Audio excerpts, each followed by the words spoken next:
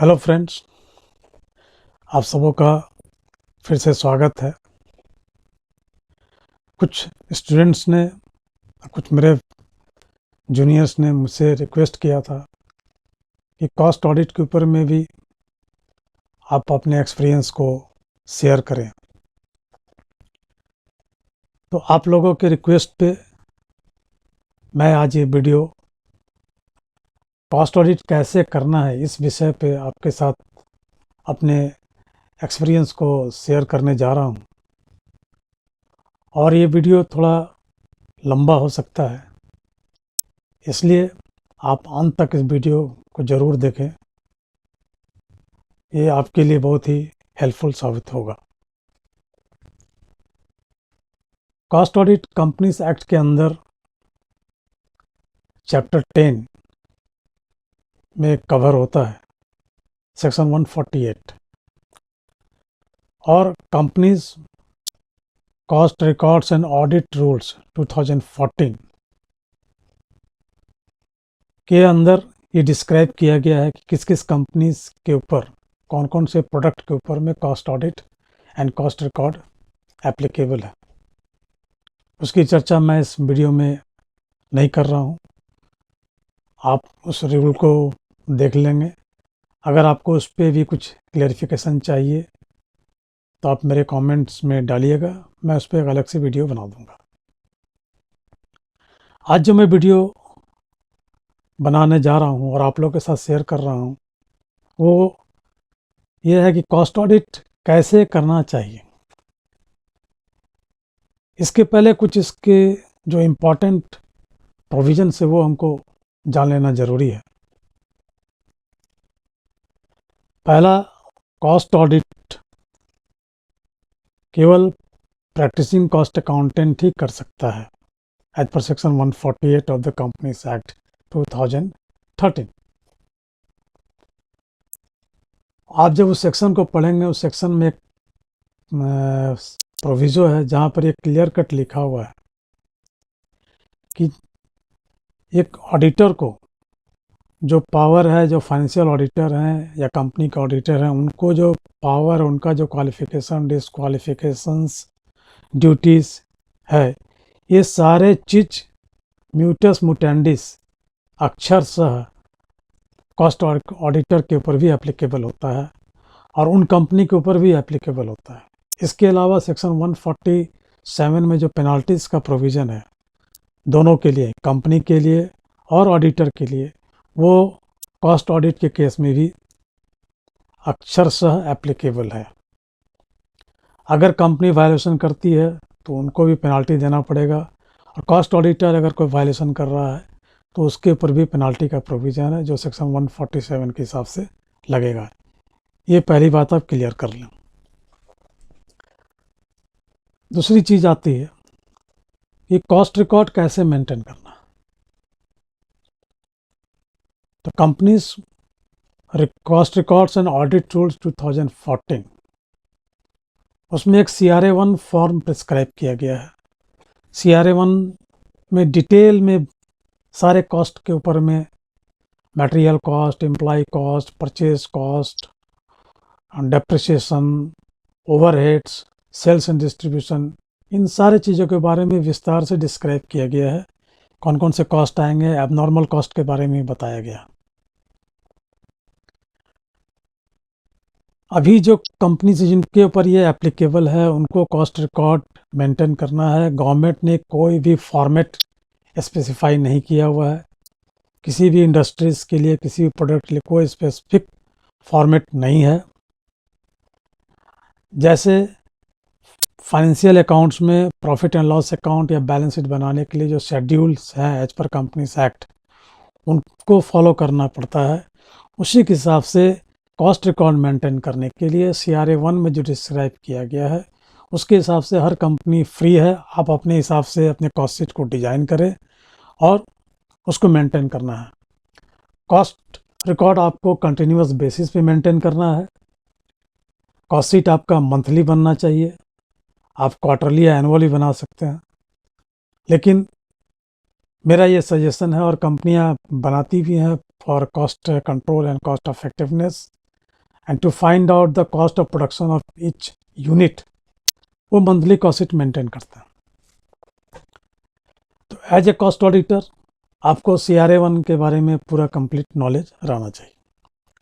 CRA 2 form वो form होता है कॉस्ट ऑडिटर को अपॉइंट करने के लिए। जिस कंपनी के ऊपर में कॉस्ट रिकॉर्ड्स एप्लीकेबिलिटी है और जो अदर्स क्राइटेरिया हैं अगर वो फुलफ़िल कर रहा है तो उस कंपनी को पर्टिकुलर फाइनेंशियल ईयर के 180 दिन के अंदर कॉस्ट ऑडिटर को अपॉइंट कर देना है, और वो कॉस्ट ऑडिटर अपॉइंटमेंट के लिए CRA 2 फॉर्म अपलोड करना पड़ेगा MCA के साइट पे जाकर। तीसरा फॉर्म है CRA 3, जो कि कॉस्ट ऑडिट रिपोर्ट का फॉर्मेट है। CRA 3 में 2 पार्ट हैं। एक पार्ट है जिसमें कॉस्ट ऑडिट रिपोर्ट का बॉडी पार्ट है, जहां पर आप कॉस्ट ऑडिटर अपने रिपोर्ट को लिखेगा और उसका कोई भी ऑब्जर्वेशंस है, क्वालिफिकेशंस है, तो वो उसमें अपना उससे CRA 3 के फर्स्ट पार्ट में वो अपना रखेंगे। सेकेंड पार्ट होता है जिसको कॉस्ट ऑडिट रिपोर्ट का एनेक्सर्स बोलते हैं। यहाँ पर मैं आपको ये बता दूँ, मैं देखता हूँ कुछ मेरे फ्रेंड्स या कंपनियाँ बोलती है कि नहीं कॉस्ट ऑडिट रिपोर्ट का एनेक्सर भी आप ही को बना के देना। नहीं, ये गलत।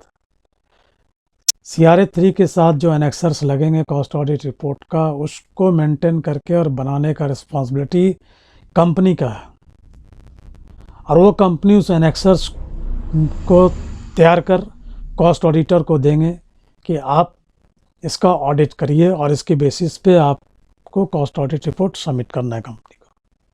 इसलिए कॉस्ट ऑडिटर का ये ड्यूटी एकदम नहीं है कि वो कॉस्ट CRA 3 के साथ जो एनेक्सर्स है वो उसको फुलफ़िल करना या उसको बनाना कॉस्ट ऑडिटर का काम नहीं है। इनफैक्ट जब आपको कॉस्ट ऑडिटर कोई कंपनी अपॉइंट करता है तो आपको जब तक वो CRA 3 का एनेक्सर का पहला डिमांड आपको करना है तभी तो आप ऑडिट करेंगे। जैसे फाइनेंशियल ऑडिटर जाते हैं तो उनको PL और बैलेंस शीट दिया जाता है और उसको वो ऑडिट करते हैं, उसके बाद वो सर्टिफाई करते हैं या फाइनल प्रॉफिट को वो अपना एक सर्टिफिकेशन देते हैं। सिमिलरली कॉस्ट ऑडिट में भी हम जब कॉस्ट ऑफ प्रोडक्शन को सर्टिफाई करेंगे पर यूनिट तो बेस्ड ऑन दैट एनेक्सर। इसलिए आप पहला बात ये एकदम नोट कर लें कि CRA 3 के साथ जो एनेक्सर लगेगा वो रिस्पॉन्सिबिलिटी कंपनी का है, आपका नहीं है। नेक्स्ट है, जब आप कॉस्ट ऑडिट रिपोर्ट सबमिट कर देंगे उसके 30 डेज़ के अंदर कंपनीज को वो cost audit report along with auditors' observations, qualifications and on that management's reply, management का कमेंट के साथ उनको गवर्नमेंट ऑफ इंडिया को within 30 days from the date of submission of the cost audit report in CRA 4 में upload करना रहता है, और भी XBRL फॉर्मेट में। ये बात हो गई स्टैट्यूटरी जो प्रोविजंस है उसके बारे में। और एक बात आपको मैं बता देना चाह रहा हूँ, आपको ध्यान रखना है, मेरा अपना पर्सनल एक्सपीरियंस भी है। जब आप कोई कंपनी आपको as a cost auditor appoint करता है, अगर बड़ी कंपनी है, महारत्ना कंपनी है, तो आपको प्रेशर देगा कि आप जल्द से जल्द अपॉइंट किए, आप 10 दिन के अंदर कॉस्ट ऑडिट रिपोर्ट दे दो, 20 दिन में दे दो, 1 महीना में दे दो, हमारा बोर्ड ऑफ डायरेक्टर्स का मीटिंग होने वाला है, हमको वहाँ प्रेजेंट करना है, ये करना है, बहुत सारे वो बात करेंगे। एज ए कॉस्ट ऑडिटर आप पर ये आप एक बहुत बड़ी रिस्पॉन्सिबिलिटी है ये कॉस्ट ऑडिट करके देना। अगर आपसे थोड़ी भी भूल हो गई, गलत रिपोर्ट गया या कोई ऐसा रिपोर्ट है चोरी का या अदर चीज़ जो कि आपने रिपोर्ट नहीं कर पाया और वो बाद में पकड़ा गया, तो आपको 147 के अंदर बहुत ही स्ट्रिंजेंट पेनाल्टी का प्रोविजंस है, और ये आपको 7 साल का सज़ा भी हो सकता है और 25 लाख रुपए तक आपको पेनाल्टी भी लग सकता है। इसलिए इस बात को आप ज़रूर ध्यान रखें। और as per Companies cost audit records and report rules 2014, कॉस्ट ऑडिटर को जिस भी फाइनेंशियल ईयर का वो ऑडिट कर रहा है उसको उस फाइनेंशियल ईयर के एंड होने के 180 दिन के अंदर तक कॉस्ट ऑडिट रिपोर्ट सबमिट करना है। फॉर एग्जांपल, अभी अगर मैं फाइनेंशियल ईयर 23-24 की बात करूं तो 23-24 का ऑडिट रिपोर्ट कॉस्ट ऑडिटर को 27 सितंबर 2024 तक कंपनी को दे देना है। 27 सितंबर इज योर डेडलाइन। तो आप जिस कंपनी में भी ऑडिट कर रहे हैं उसके वॉल्यूमिनियस के ऊपर, उसके नंबर ऑफ़ यूनिट्स को ध्यान में रखते हुए आपको एक टाइम मैनेजमेंट करना है, आपको टाइम एसेस करना है, आपके रिस्क को मिटिगेट करना है और आपको उसके हिसाब से प्लानिंग करना है। और एटलीस्ट आप अपने लिए कट ऑफ डेट लेकर चले कि किसी भी हालत में आप 27 सितंबर या 20 सितंबर तक में आप उनको रिपोर्ट देना है। उसके पहले भी अगर आपको लगता है कि मेरा ऑडिट कंप्लीट हो गया, आप अपने काम से सेटिस्फाइड है, आप उसको दे सकते हैं रिपोर्ट। तो ये एक अलग बात हुई। अब आइए आगे हम लोग डिस्कस करते हैं कि कॉस्ट ऑडिट करना कैसे है। ये बहुत इंपॉर्टेंट है, आपको ये चीज़ कहीं नहीं मिलेगा। जो कॉस्ट ऑडिट कर रहे हैं वही आपको गाइड कर सकते हैं, अपने एक्सपीरियंस दे सकते हैं। बुक्स में ये कैसे नहीं कहीं लिखा हो, जो बुक्स में था, जो स्टैट्यूटरी रिक्वायरमेंट था, वो मैंने आपके साथ शेयर कर दिया। दोस्तों, कॉस्ट ऑडिट जब आप एज ए कॉस्ट ऑडिटर आप अपॉइंट होते हैं, आफ्टर गेटिंग अपॉइंटमेंट सबसे पहला काम आपको करना है, आप एक टीम बनाइए, कॉस्ट ऑडिट टीम, और उस टीम को एटलीस्ट एक सीनियर पार्टनर को लीड करना होगा जो कंटिन्यूसली उसमें इन्वॉल्व रहेगा अपने आप को। सेकेंड चीज़ है, प्लानिंग कर लिए, एक शेड्यूल कर लीजिए और थ्रू मेल कंपनी को, हर कंपनी में कॉस्ट एंड बजट डिपार्टमेंट होता है, या जो ऑफिसर को कंपनी ने डिप्यूट किया है जो आपके साथ कोऑर्डिनेट करेगा कॉस्ट ऑडिटर के साथ, उनको आप इंटीमेट कीजिए।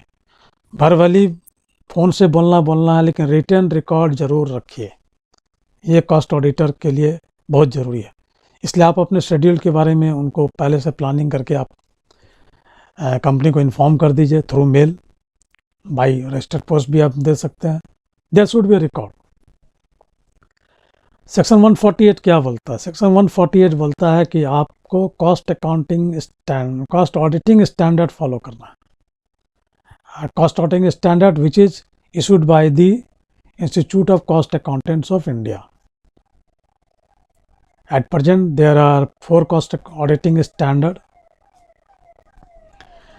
and कॉस्ट ऑडिटिंग स्टैंडर्ड बोलता है कि जो भी कॉस्ट ऑडिटर हैं उनके लिए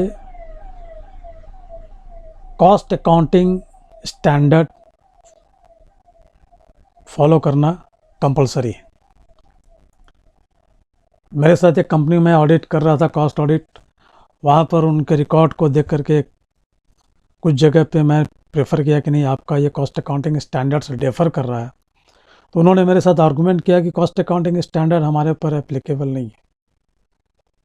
तो मैंने उनको कॉस्ट ऑडिटिंग स्टैंडर्ड रेफ़र किया कि आप इसको पढ़ो, और ये कॉस्ट ऑडिटिंग स्टैंडर्ड बोल रहा है कि एज ए कॉस्ट ऑडिटर मुझे कॉस्ट अकाउंटिंग स्टैंडर्ड को फॉलो करना है। बाद में वो लोग एग्री हो गए। इसलिए जो फर्स्ट टाइम कॉस्ट ऑडिट करने चाह रहे हैं, या मेरे स्टूडेंट जो फाइनल में हैं, या जो मेंबर ऑडिट कर रहे हैं, जो सीनियर है वो तो जान रहे हैं कैसे करना है, तो आपको कॉस्ट ऑडिटिंग स्टैंडर्ड और कॉस्ट अकाउंटिंग स्टैंडर्ड पे पूरा कमांड रखना होगा। जो company cost records and audit rules है उसकी जानकारी पूरी रखनी होगी आपको। आप गो थ्रू अच्छे से रहना है। सेक्शन 141 से लेकर के सेक्शन 148 तक आप कंपनीज एक्ट ज़रूर पढ़ लें, जिससे आपको ये पता चलेगा आपका क्या ड्यूटीज़ है, क्या पावर है, आप क्या कर सकते हैं। अब दोस्तों, कॉस्ट ऑडिट बहुत ही वास्ट है, बहुत ही एग्जॉस्टिव है। एक आम कॉन्सेप्शन है कि नहीं, कॉस्ट ऑडिट मतलब केवल कॉस्ट रिकॉर्ड तक ही सीमित है। मैं आपको इस तरह से समझाना, मान लो कोई नया कंपनी स्टार्ट हो रहा है, कोई नया प्रोजेक्ट स्टार्ट होता है, सबसे पहले क्या होता है? ऐसा नहीं है कि जैसे आज हमने बिजनेस स्टार्ट किया तो मेरा पहला तुरंत से मेरा इनफ्लो आने लगा रेवेन्यू का, ऐसा नहीं होता है। कोई भी बिजनेस या प्रोजेक्ट या प्लांट लगाने के पहले कैपिटल लगाना पड़ता है, पूंजी लगाना पड़ता है। वो क्या है? कॉस्ट है। कंपनी फॉर्मेशन में प्रिलिमिनरी एक्सपेंसेस होता है, वो क्या है? कॉस्ट है। जब प्लांट बन गया तो शुरू में बन रहा तो मैं कैपिटल एक्सपेंडिचर ज़्यादा होता है, रेवेन्यू एक्सपेंडिचर नहीं होता है। कैपिटल एक्सपेंडिचर होता है, रेवेन्यू एक्सपेंडिचर जो एम्प्लॉई लगाए, जो प्लांट का मैन्युफैक्चरिंग करने में लगे, वो एक हो सकता है, लेकिन वो सारा कैपिटलाइज होता है जिसको हम बाद में अमोर्टाइज करते हैं। जब प्रोडक्शन स्टार्ट हो जाता है, प्रोडक्शन स्टार्ट होने के बाद जब वो प्रोडक्ट का सेल होता है, तब जाकर के रेवेन्यू इनफ्लो होता है, ठीक है। उसके बाद तो पहला जो एक्सपेंडिचर हो रहा है from the formation of the company to commissioning and starting of the company, फिर जब रनिंग चल रहा है तो सबसे पहले कॉस्ट इनकर्ड होता है, उसी कॉस्ट से फाइनेंशियल अकाउंट बनता है। लेकिन जनरल बोला जाता है नहीं, फाइनेंशियल अकाउंट से कॉस्ट रिकॉर्ड बनता है। No, it is not correct. आप एक्सपेंडिचर कर रहे हैं, चाहे वो कैपिटल हो चाहे रेवेन्यू हो, कोई हो, पहले तो खर्च हो रहा है ना, उस खर्च को हम बुक कर रहे हैं, वहाँ से वो फाइनेंशियल अकाउंट बन रहा है, ट्रायल बन रहा है, पीएल में जा रहा है, ये कर रहा है, उसके बाद वो बैलेंस शीट में जाता है। कॉस्ट ऑडिट में या कॉस्ट रिकॉर्ड में हम मेंटेन किया, हम डिटेल एनालिसिस करते हैं। अगर सैलरी का पार्ट है तो सैलरी का एनालिसिस करते हैं कि उस पर्टिकुलर प्रोडक्ट बनाने में डायरेक्ट सैलरी क्या है, इनडायरेक्ट सैलरी क्या है, डायरेक्ट एक्सपेंडिचर क्या है, डायरेक्ट परचेस कॉस्ट क्या है, डायरेक्ट इनडायरेक्ट ओवरहेड जो डायरेक्टली है वो एलोकेट होता है किसी भी एक्सपेंडिचर के ऊपर में, और जो डायरेक्ट नहीं है तो उसको फिर हम लोग ऑन द सर्टेन बेसिस पे अपोर्शन करते हैं। This is the costing. So cost के बेस पे ही आपका प्रॉफिट एंड लॉस अकाउंट ये सारा कुछ बनता है।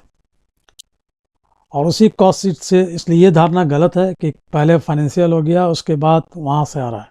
ठीक है, डाटा सेम है, सेम जगह कैप्चर हो रहा है, उसी से दोनों ही रिकॉर्ड्स बनते हैं, पीएल अकाउंट भी बनता है और आपका